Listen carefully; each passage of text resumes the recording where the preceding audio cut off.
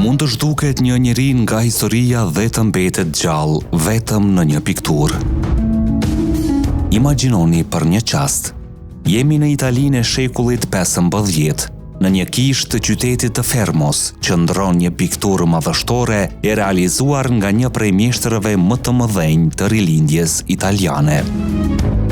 Për shekuj me radhë, mira njerëz e kanë parë atë vepër pa e kuptuar se pas figurës së paraqitur aty mund të fshihej historia e një shqiptari të harruar. Një luftëtari që la atë dheun, u bë fisnik në tokë të huaj dhe më pas u kthye përsëri për të luftuar e për të vdekur në Shqipëri. Ky njeri quhej Gjergj Shqiptari. Dhe nëse nuk do të ishte për një zbulim të bërë në vitin 1974 nga albanologja italiane Lusu, emri i tij ndoshta nuk do të përmendej më kurrë. Por kush ishte ky burr misterioz? Si arriti një shqiptar i kohës së Skënderbeut të bëhej aq i rëndësishëm në Itali sa të përjetësohej në veprat e një prej artistëve më të mëdhenj të kohës?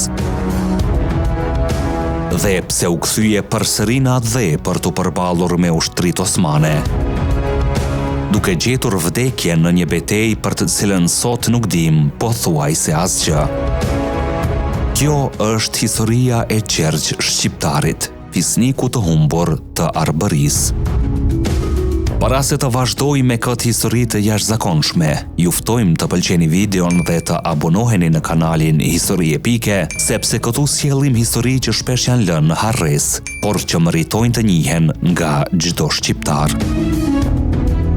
Në mesin e shekullit 15, Evropa po përjetonte një nga periudhat më të rëndësishme të historisë së saj.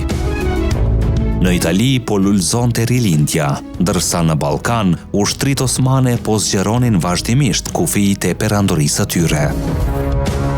Në këtë përplasje epokash, mijëra shqiptar u detyruan të largoheshin nga trojet e tyre. Disa ikën për t'i shpëtuar luftës, të tjerë për të ndërtuar një jetë të re në brigjet përtej Adriatikut. Mes tyre gjendej edhe Gjergj Shqiptari.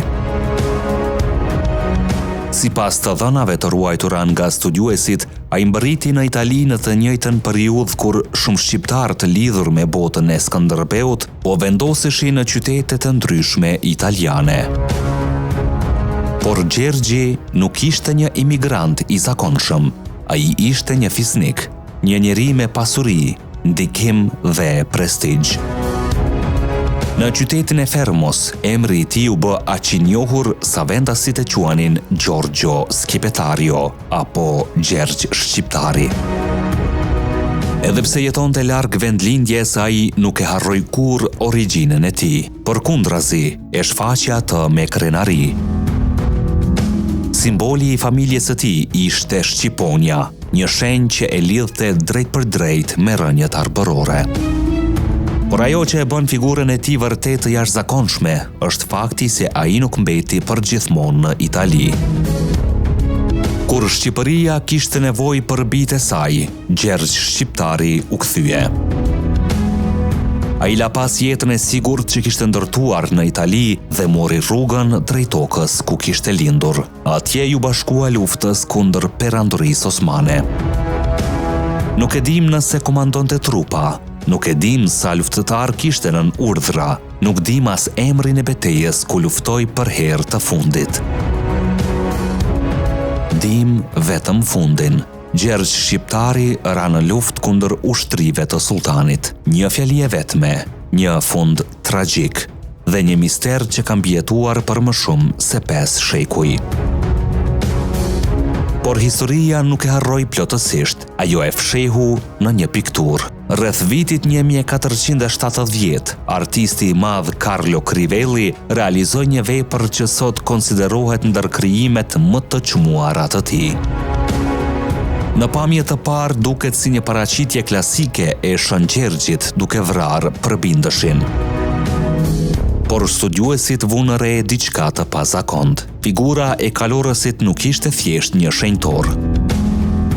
Sipas interpretimit të albanologës G. Lusu, artisti kishte bashkuar tiparet e Shën Gjergjit me ato të Gjergj Shqiptarit. Ishte një lloj pavdekësimi artistik.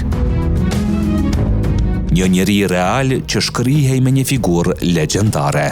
Në piktur, kalorësi qëndron mbi një kal të bardhë madhështor. Ai mban veshje fisnike dhe paraqitet si një hero që sfidon të keqen. Pas ti ngrihen muret e Fermos, jo një kala imagjinare, por fortifikimi real i qytetit ku jetonte shqiptari. Ky detaj është tepër domethënës. Nëse piktura do të ishte thjesht një paraqitje fetare, artisti nuk kishte pse të përfshinte elemente kaq konkrete të jetës së përditshme.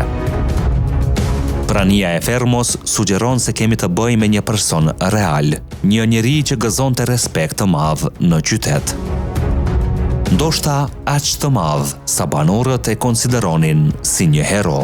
Ndoshta aq të madh sa artisti vendosi të paraqiste me tiparet e vet Shën Gjergjit. Dhe kështu, ndërsa koha fshiu dokumentet, harroi betejat dhe zhduku pothuajse çdo gjurmë të jetës së tij, fytyra e Gjergj Shqiptarit mbeti e ngrirë në telajo. Por historia nuk përfundon këtu, ka edhe një gjurmë tjetër. Mendohet se Gjergj Shqiptari ishte i pari i një familje fisnike që më vonë do të njihej me mbiemrin Salvadori. Studiuesit italian kanë pranuar prejardhjen shqiptare të kësaj familjeje dhe lidhjet e saj me fisnikun arbëror.